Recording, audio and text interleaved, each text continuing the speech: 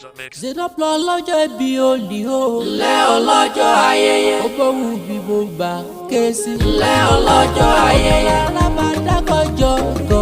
Ńlẹ́ ọlọ́jọ́ ayẹyẹ. Tìrèlì tó bẹ́ẹ̀ dé. Ńlẹ́ ọlọ́jọ́ ayẹyẹ. Ọbọ̀lára o. Zainab ṣe bí wọ́wọ́ dẹ̀ sì ké sí ọmọ lọ́jọ́ ìbí òní. Happy birthday to you. 20th of April lè ní jẹ́ Àyájọ́ tàbí ọgọ́ni.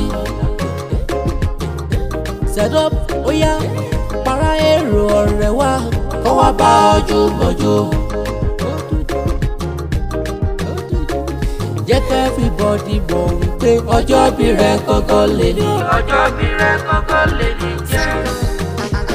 Zainab lọ́jọ́ ìbí òní o. Ńlẹ́ ọlọ́jọ́ ayẹyẹ. Ó gbóhùn bí mo gbà ké sí. Ńlẹ́ ọlọ́jọ́ ayẹyẹ. Alábàdákọ̀jọ gànjọ. Ńlẹ́ ọlọ́jọ́ ayẹyẹ. Tìrèlì tó bẹ́ẹ̀ dé. Ńlẹ́ ọlọ́jọ́ ayẹyẹ. Ṣùkúrọ̀ ọmọ tìlé wa ló pé mi pé Ọjọ́ bí rẹ̀ kọ́kọ́ lè ní jẹ́. Only Zainab Ọbọ̀lára mi Addufe.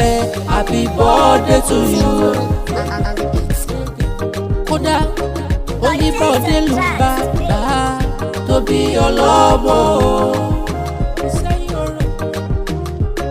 Ìsẹ́yìn orò bàṣà nílò Bẹ́bẹ́ díbọn kan ò kí ọ dáadáa. ìlú ẹ̀yẹ kìkì ẹ̀gbọ́n. Ìlú ẹ̀yẹ kìkì akọ́lẹ̀. Ìbòjú gbé búlì Tójú gba ẹnu lọ. ọgbọ̀n orò tó dún Yúgúyúgú lórí ọ̀parun. ìbéwé tí ń já ìfẹ́ Lágbàdo òjò ti jẹ́ tọ́pa bọ̀dí. òkè tó gbọ́ ọba yìí ló pẹ́ ìlọ́jọ́ sí lọ́pọ̀ ìṣe ìbò kí Aláyé rere. kékeré ìṣẹ̀yìn òun ni wọ́n ká àgbà ìṣẹ̀yìn kọ́ Aṣọ lọ́fin wúwo jàre. ẹ̀gbọ́n lọ àlè tó bá jẹ́ tèrè Ẹ̀kan sọ́bẹ̀ ẹbẹ̀ dín fọkàn.